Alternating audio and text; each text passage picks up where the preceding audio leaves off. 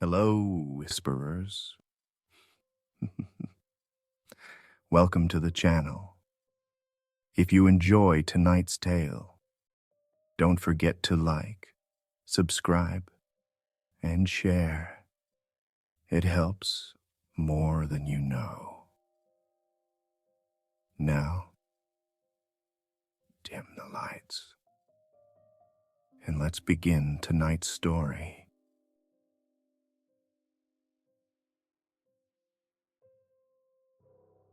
Dalton kicked a little dust toward my boots and smirked at me.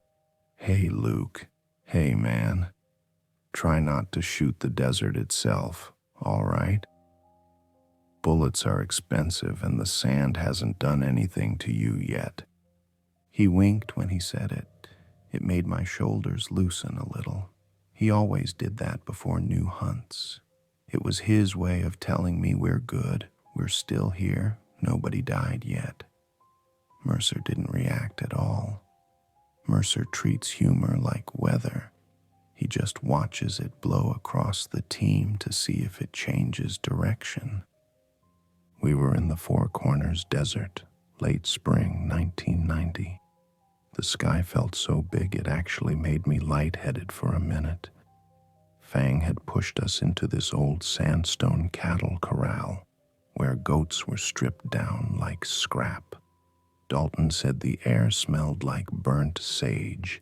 I told him, that's just how fear cooks in your head sometimes. He laughed and said, yeah, but I kinda like it seasoned. This place doesn't feel empty, I wrote. It feels like something big just stepped away for a second. F.A.N.G gave us a 3-day window. Livestock stripped fast, no clean bite pattern, prints shifting mid-stride, sometimes 4 pads, sometimes 2 feet. The deputies didn't hang around this long. They gave us a radius on a map and got out quick, like the ground here burned hotter than it looked. Dalton said he could smell burnt sage already. Mercer told him that was his brain trying to fill in shapes. The plan was simple. Walk a perimeter near an old sandstone corral, set reflective signal boards, then move toward where we saw the prints cut toward a dry creek bed. We carried suppressed MP5s again, but this time Mercer handed me the special ammo. Echo rounds. They looked normal until you shook one next to your ear, and the inside almost sounded like a rattlesnake.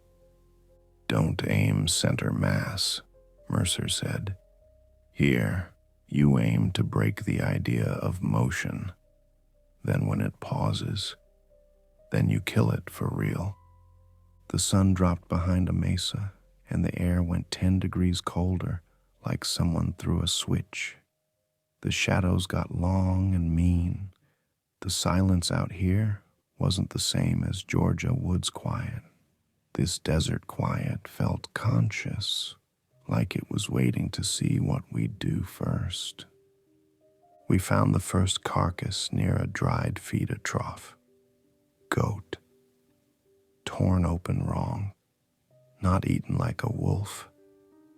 More peeled open like someone was checking parts.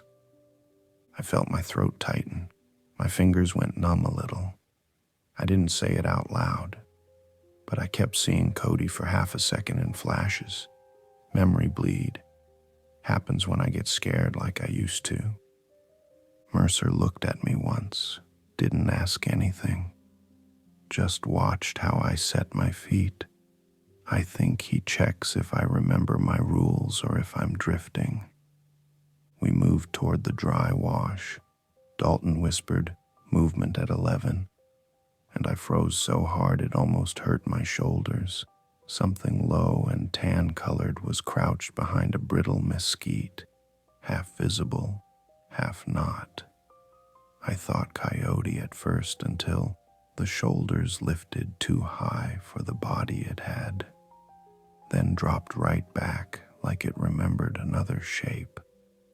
It didn't howl, it didn't growl, It made a sound like someone clearing their throat, a human throat.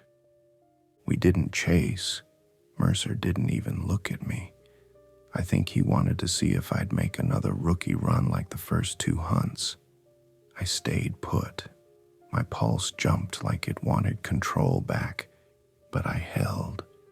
The thing slid backward into shadow. Wrong. Fast. Like video that skipped frames.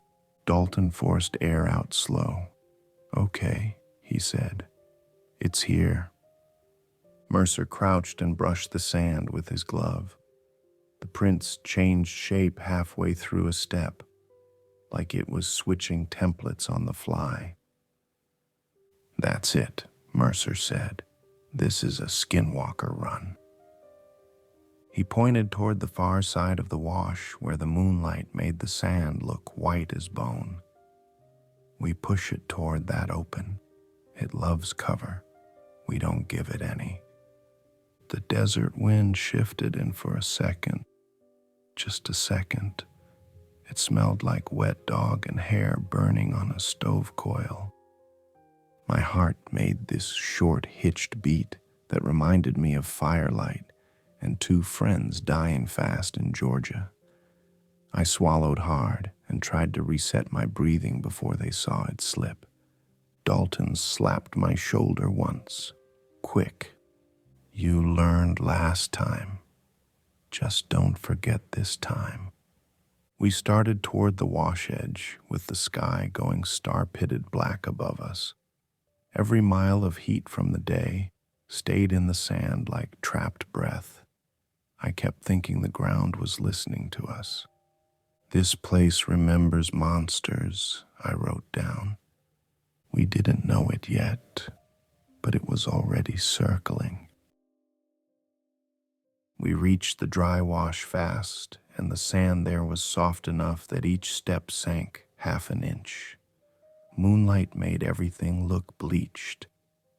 Even our shadows looked confused, like they weren't sure which direction to lean. Mercer set 2 reflective boards down and angled them out. The light bounced pale and sharp off them like teeth. This was the trap. Force it to move where limbs become a readable shape. Dalton bent low near the edge, breathing slow through his nose. He stared out into the scrub while I took the far left position. The air here was so still it felt like being underwater. My ears hurt from how quiet it was. Then it moved. 1 second, there was just sand and thorn bush. The next second, something slid sideways in a way no joint should allow. Too fast, too fluid.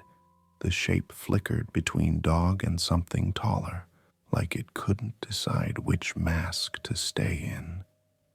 "Don't fire until scramble," Mercer whispered. The thing stopped 30 feet out, body low, head turned too far. It mimicked Dalton's voice. "Come here." Dalton went pale. My gut felt like ice. My brain tried to fill in human lips where there weren't any. Mercer snapped an echo round first. The micropulse hit the sand near its front legs. Just dirt, no body hit. But the creature reacted like reality jolted sideways. Its limbs forgot where they were. They bent wrong, like a puppet dropped mid-motion. "That's the window," Mercer hissed. I fired a burst. My body knew where to aim this time. Lower spine, not chest. The echo rounds hit and the thing spasmed like wires got crossed inside it. Dalton fired next. Tight burst, caught the hip joint. The thing screamed like metal shearing underwater and started shifting shape again. Rapid fire flickering between silhouettes, like it was scanning through forms for the one that let it kill fastest. I almost froze, but something about the way the sand shuddered beneath it told me this was the kill moment. The cord would be in the spine, Same principle, different monster, same rule. Take it, Mercer barked. I placed my last echo shot right at the point where the neck dipped into shoulder mass and fired. The creature buckled, dropped hard, limbs locked. It made one last noise, a human sob glitching into a dying coyote yelp. Then it went still. Dalton kept his rifle trained another full beat. Then, dead. My hands were shaking so bad I had to put the gun on safe twice. Mercer checked the body from a careful angle. Textbook follow-through, he said. Better than Georgia. Better than last month. I didn't feel proud. I felt like I survived by a thin wire again. Journal this while it's fresh, Mercer added, voice low. Before sleep lies to you about what you really saw. I nodded. But while we were packing up, I noticed one more set of prints, leading back into the dark, smaller, more cautious. We didn't kill the only one out here. We didn't chase the smaller tracks. Mercer made that call fast. 1 kill is control, 2 kills is gambling, he said. And after Georgia, after Tennessee, I finally understood what he meant. The desert looked the same after, but it felt different, like the air got heavier after the body stopped moving, like the sand was holding breath again. Dalton limped back toward the reflective boards and sat, rubbing his knee like it was full of crushed glass. I hate this place, he muttered. Feels like the dark here is older than the sun. I didn't argue. I didn't have the energy to. We wrapped the body with containment mesh. It twitched once, reflex, just enough to make my stomach twist. Dalton flinched too.